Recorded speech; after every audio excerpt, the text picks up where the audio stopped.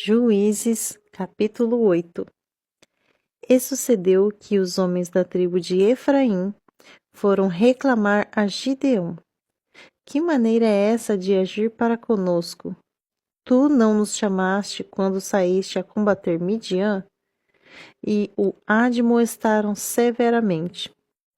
Então eles lhes ponderou: Que mais fiz eu em comparação com o que fizeste vós?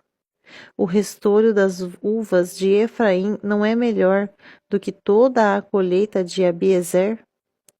Foi em vossas mãos que Deus entregou os líderes midianitas, Oreb e Zeebe.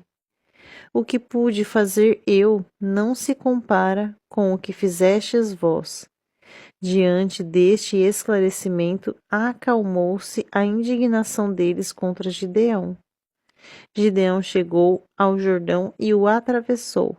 Mas tanto ele como os 300 guerreiros que o acompanhavam estavam exaustos por causa da perseguição. Ordenou, pois, Gideão ao povo de Sucote: Dai, rogo-vos, pedaços de pão aos homens que me seguem, porquanto estão muito cansados, e eu ainda estou perseguindo os reis de Midian, Zeba e Zalmunal. Ao que os príncipes de Sucote contestaram: Já estão em tuas mãos Zeba e Zalmuna. Por que deveríamos alimentar tuas tropas? Ah, é assim que ages? Replicou Gideão.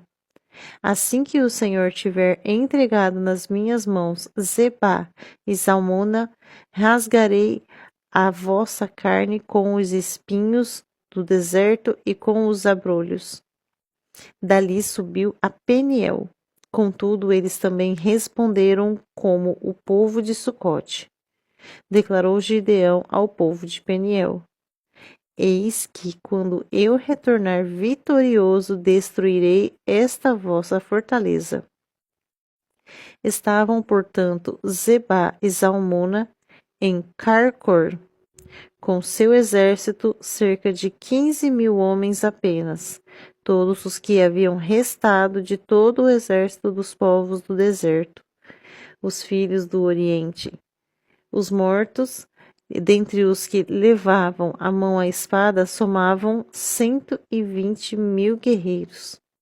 Gideão subiu pelo caminho dos nômades, os que habitavam em tendas a leste de Nobá e Jogbeá, e atacou o exército inimigo exatamente no momento em que este se julgava oculto em segurança.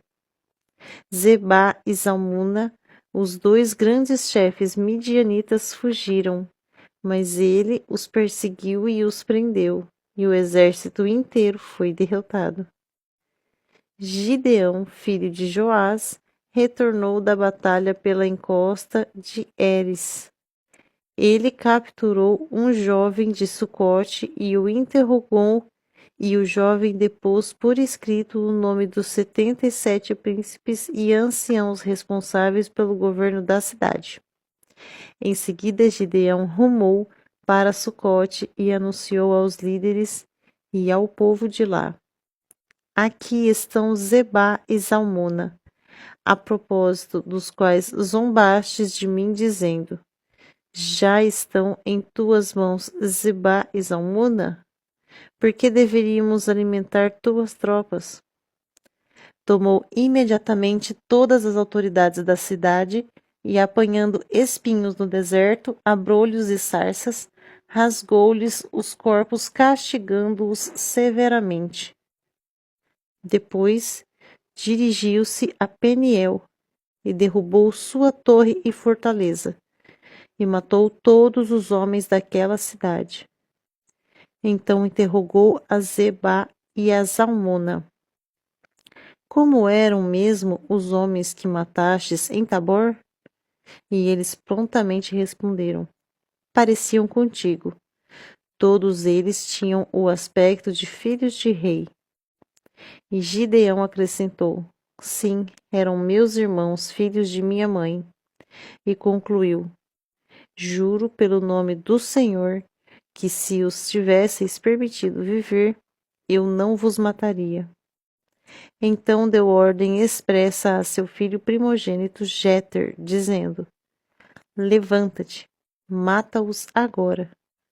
Contudo, o moço apavorado não conseguia desembainhar a espada, porquanto ainda era muito jovem.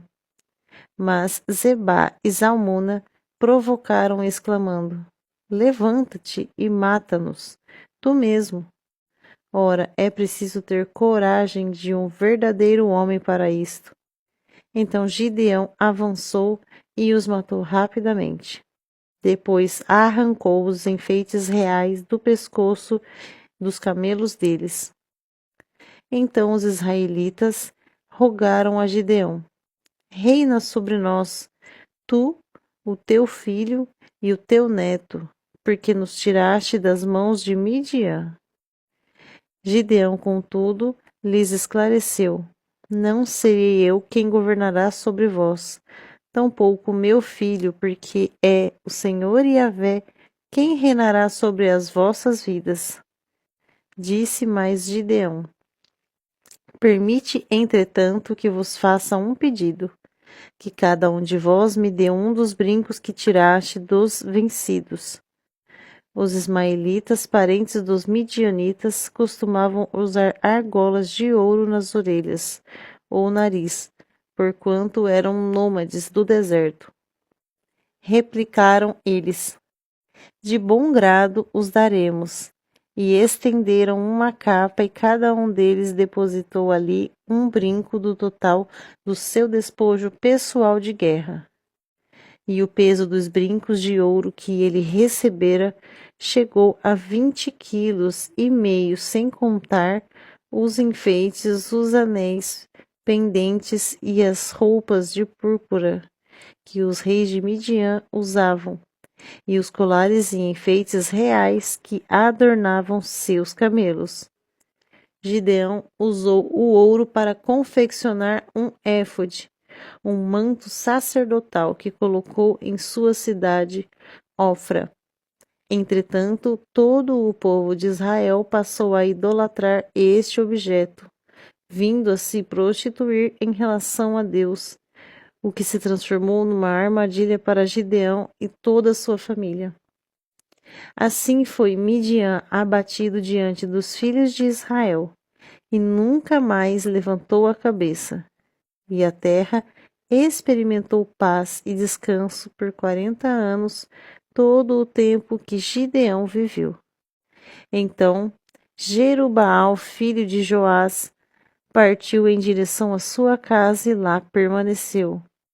Gideão teve 70 filhos, todos gerados por ele, fruto de seus ossos e de sua carne, porquanto tinha muitas mulheres. A sua concubina, que morava em Siquém, também lhe deu um filho, a quem ele deu o nome de Abimeleque, que significa meu pai é rei. Gideão, filho de Joás, morreu em pleno de dias, em idade avançada, e foi sepultado no túmulo de seu pai Joás, em Ofra, dos Abiesritas. Logo depois da morte de Gideão, os filhos de Israel voltaram a se prostituir, oferecendo o seu louvor e adoração aos Baalins, e clamaram Baal-berite como seu Deus.